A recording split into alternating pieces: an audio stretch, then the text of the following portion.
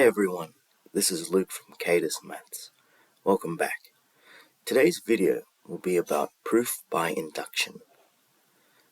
Proof by induction is quite an important skill for mathematicians.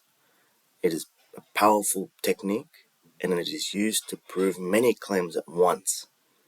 It usually involves the analogy of a domino falling and the natural numbers. Mathematicians often see proof by induction in number patterns. There are often changes in numbers, and mathematicians want to express these patterns algebraically. For example, the consecutive addition of natural numbers, 1, 2, 3, 4, and so on. What are the first four terms in this pattern, and how do we find them? Well, we can draw dots and say, well, the first dot is 1, then draw 2, go 1 plus 2 is equal to 3, draw 3 more dots and add them, we get 6, draw 4 more dots under that, and we get 10. But can this work for the 100th claim or the 100th sequence? How can we do this for the 1000th? Though this pattern looks quite elegant and artistic, it might be inconvenient to draw 1,000 more dots to solve this particular number pattern. Let's say after a number of attempts at drawing these dots, you discover that there is an equation to express this consecutive natural number pattern. We say that there's a summation, sigma k from 1 to n, which is equal to n times n plus 1 divided by 2. Let's say this is the equation to find the nth claim. So let's try n is equal to 1. We know k equals 1 to 1, so we substitute n equals to 1 into this equation, and we find that it equals to 1, which is the first number in our number pattern. Let's now try n is equal to 2. So we sum from k equals to 1 to 2. So we substitute the value of 2 into this equation.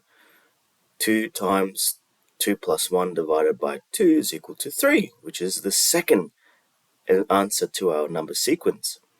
But is this true for every case? How can we prove this is true for every case that the sum of natural numbers can be solved with this equation? This is where the proof by induction comes in. And there's two particular steps of importance. And that is to show that claim 1 is true. And if we replace n with k, that k plus 1 is the result of the kth claim. Though this might seem quite confusing for those who are learning induction for the first time, a dominoes analogy can be quite helpful, where each domino represents a claim. If we can prove that the claim k is true, then naturally we can say the k plus 1 claim is also true. Then this can prove that the consecutive addition of natural numbers is true for all cases. Let's now have a go at proving this algebraically together. So first we set up our proposition. We're going to use some mathematical symbols, prove that for all n, which are natural numbers, that when we add up from 1, 2, 3 to infinity is equal to n times n plus 1 divided by 2. First step for the proof by induction is the base case, where we solve for the claim n for the lowest value. It could be 1 or 0. In our case, we're going to say 1. When we substitute 1 into this equation, the left-hand side is equal to 1, which is the first term. So left-hand side of claim 1 is true. And if we substitute n equals to 1 in the right-hand side, or the yellow part, we get 1 as well.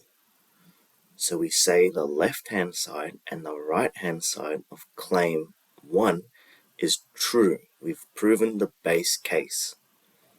The second step for the proof by induction is the inductive step, where we substitute or change n to k and say for k is a natural number, and we can claim that k plus 1 is a result of claim k, then this is true for all cases. So let's assume that for all values of k are natural numbers, that this statement is also true.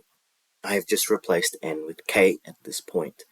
The ultimate goal is to show algebraically that if we add k in k plus 1 term, that we can show and rearrange it to equal the right-hand side. Let's now solve the left-hand side of claim k plus 1.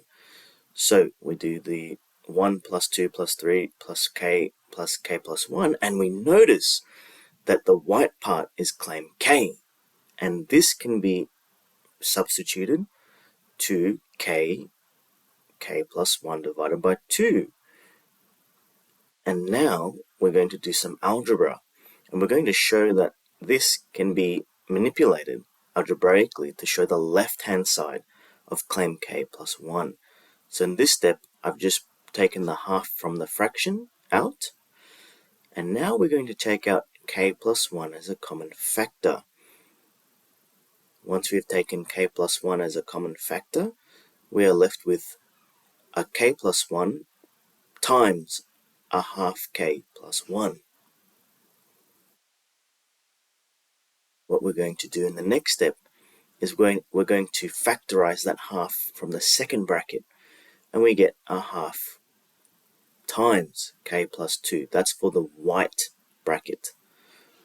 Now I'm going to take that half from that white bracket, and I'm going to put it in the front. And what do you notice?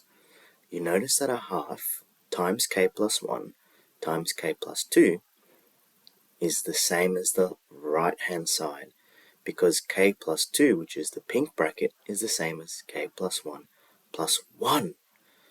And let's now look at our original goal. It was to show that when we add k and k plus 1 to this equation, we get the right-hand side of claim k plus 1. So claim k implies that claim k plus 1 is also true.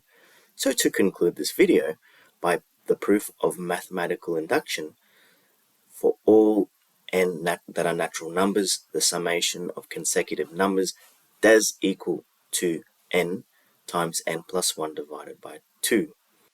Thanks so much everyone for watching. I hope this helped you understand proof by induction a little better. And like always, I look forward to seeing you in the next one.